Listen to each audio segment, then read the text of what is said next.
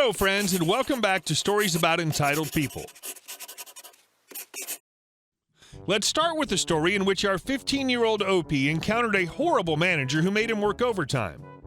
But before we begin, don't forget to subscribe to our channel if you're new here and turn on notifications so you don't miss a new video every single day. Here we go. Are you really sure you want me to stay past my scheduled hours? Well, if you insist. This story does not take place today, or last week, or last decade. This story took place back in 1997 when I was a 15-year-old sophomore in high school with a part-time job at a grocery store. Being somewhat poor, we were expected to get jobs as soon as we could. In North Carolina, where we lived, you could get a job at 15 years old, but only at certain types of jobs. Retail was fine, and that job came with very, very strict limitations. You could only work 18 hours a week during the school year and only 3 hours a day, and you couldn't work past 7 p.m. During the summer, you could do 40 hours, but when school was in session, the law was very clear on how long you could work and when. One night during the school year, I was working a few hours after school on the cash register. We were a pretty popular grocery store, so when 5 p.m. rolled around, we'd get super busy. I was on the schedule for 4 p.m. to 7 p.m. Originally, I was just supposed to be bagging groceries, but one of the cashiers called in sick, so I was moved to a register on the express lane. Again, we were super busy, so our floor manager was working the other express lane next to me. At around 6:30, I reminded her that I needed to leave before 7 p.m.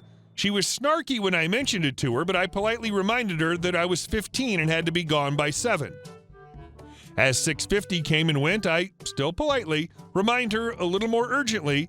She snapped at me and said we were really effing busy and I would stay on that register until she could get someone else on it, or I could go clock out and be fired. Fair enough, I needed the $5.50 an hour, so I stayed on that register just like she told me to. When she finally got someone to come replace me, it was 7:05 p.m., which was precisely when I clocked out and started walking home. 1 week later, I was clocking in when the store manager, a much older gentleman, took me aside and showed me the dot matrix printout of the previous week's employee hours. He had circled the 7:05 p.m. that I clocked out and asked me what happened. I explained to him what went down, including the manager's name. He just kind of sighed, said he'd talk to her about the law regarding 15-year-old workers again, and told me next time to just clock out and leave. Worried I was in trouble, I told him I was just doing what I was asked and trying to be helpful. He told me he understood and I wasn't in trouble. Then he dropped the outcome of the situation on me. Because the manager kept me and I clocked out 5 minutes late, the store was fined $5,000. $1,000 for every minute past 7 p.m. I stayed. I had a few more run-ins with that manager over the years, but she never tried to keep me past my hours again. And our next story. Bye, Jane. I was the manager of a frozen yogurt store. I had a district manager named Jane who was really the definition of evil power-tripping management. I worked under her for a couple of years and was endlessly frustrated with her lack of care for her fellow humans. So I gave Jane 5 months' notice for a 2-week vacation I had planned. It was a huge deal and I was really excited. She okayed the trip before I booked it, and I made sure to do all the ordering and schedule so she wouldn't have to do any kind of filling in my absence. All seemed okay. Well, apparently not so. When I got back, Jane angrily had a meeting with me and told me that she had been thinking and that it was just so irresponsible of me to book a 2-week vacation when I was the manager. What if something had gone wrong? Think of the crisis, etc. We had a huge argument that was probably the closest we've ever got to actual fisticuffs over a effing frozen yogurt store, which had run like a well-oiled machine while I was gone, I might add. Anyway, she told me if I liked having vacation so much, I could have another weekend of it because she was so angry about my irresponsible behavior. I remind you that I gave her 5 months' notice and asked permission before booking this holiday. So in that weekend off, I found another job. I was done. I told them I could start immediately, and I called Jane to resign. Absolutely not. I want a proper letter. You will not resign with a phone call. You are so deeply unprofessional it boggles my mind. You will have a letter for me tomorrow, or I will consider this resignation void and expect you at work for 8 a.m. on Tuesday. Oh, you want a real letter? After all the unprofessional conduct on your part, Jane? This is the hill you're choosing to die on? All right, I'll give you a letter. I sat down and started thinking about how I could give Jane the most memorable resignation letter she'd ever see. I headed over to the local Michael's craft store, bought a large manila envelope, about $30 worth of craft glitter in varying colors and sizes, a roll of neon pink duct tape, and some construction paper. Then I cut a piece of construction paper into a 4x4 square and wrote, "To whom it may concern, it's with great joy that I tender my resignation for my position at blank. I found alternate employment where I will begin tomorrow. How'd I do, Jane? Regards, OP." Then I filled the manila envelope with glitter, used barbecue tongs to stick the tiny folded letter as far into the envelope as I could, dropped in my store key, filled the glitter the rest of the way until it was positively bursting, and covered the entire thing in several layers of hot pink duct tape so it would need to essentially be hacked apart in order to open it. Because F you, Jane, that's why. Then I texted her the following: "Jane, my resignation letter is waiting for you at the store. I quit. Please take my letter in the spirit in which it's intended and recognize that as of this moment, I wish to have no further contact with you and will treat any level of contact on your part as harassment."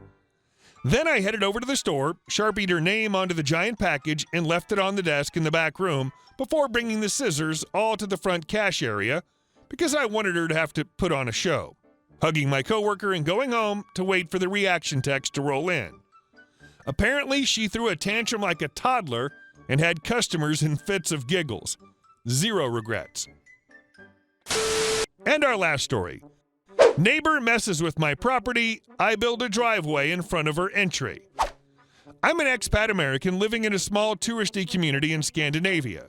It's a very historic area with some very odd dwelling styles and rules and associations. My flat is one of these weird structures. Originally, the property was built by an importer with the grand master house and lots of property behind. The front has a beautiful garden as well as a lovely restored, by me, water pond. The house is divided into two flats, one small flat upstairs and a much larger unit downstairs. The ratios are 40% to 60% of available space. Additionally, the land behind the house now has 3 cottages, and together with the 2 units in the big house, there's an association of 5 units. Within that association is a secondary association, a cohabitation agreement between the 2 owners of the units in the house. In the documents, it states that we are allowed to make changes to the building as desired, as long as the local authorities grant permits and as long as these changes to the building do not impede the other owner. Finally, the garden in front of the house is shared by both owners. So, I buy the downstairs unit last August and all is good. We're doing lots of cleanup inside and out, including in the garden. There was a giant half-dead fruit tree that was blocking the ocean view for the upstairs, so we had it removed. There was a thicket of bamboo that was damaging the house foundation, so we recently had it removed and began building the deck we'd planned and discussed with our upstairs neighbor numerous times. Then all hell broke loose. The neighbor is really upset. As much as they allow themselves to show their emotions here, we had built the deck on her property, that there's a property line that runs through the middle of my bedroom window to the street, and that's the division of the property.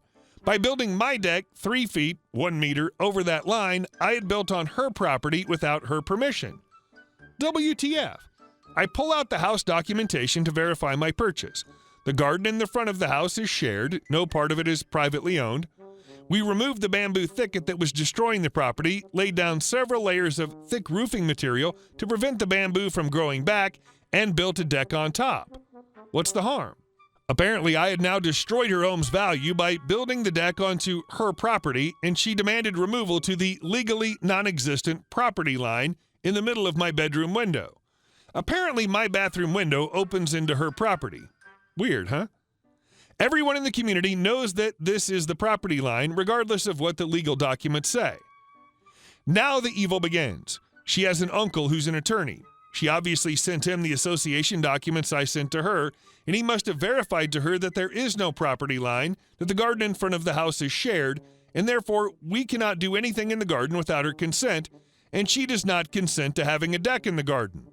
We cannot build. Can we plant? Can we mow? Where does it stop? But what is not deeded to either owner of the house is the 1 meter/3 foot grassy strip behind the house, nor the property on either side of the dwelling. a good 4 meters or 12 feet on either side, going all the way to the street. This land is held in common with the master association of 5 owners. On one side of the house, it's green and partially partitioned off to create a private patio for the upstairs owner. On the other side, a driveway runs the length of the property to the parking lot directly behind the house. Yes, the neighbor walks out of her front door onto a private patio on the commonly owned land of the association. I open my front door onto a dilapidated paved driveway that grinds the bottom of your car unless you hit a specific ridge in the pavers. Oh, did I mention that the driveway needs to be repaired? From the bids we received, it's cheaper to just rip out the old driveway and build a new one instead of repairing what's there. And since none of the owners of the 3 cottages like the bitter Betty upstairs, and since there's plenty of commonly owned land on her side of the house, and since I volunteered to pay half of the cost of a new driveway, we've agreed to place the new driveway onto the other side of the main house, directly in front of Bitter Betty's entry door. Literally, she opens her door, walks down 2 concrete steps, and into the driveway. Additionally, we're going to build a communal tool shed on a patch of land directly behind the house in front of her guest bedroom window.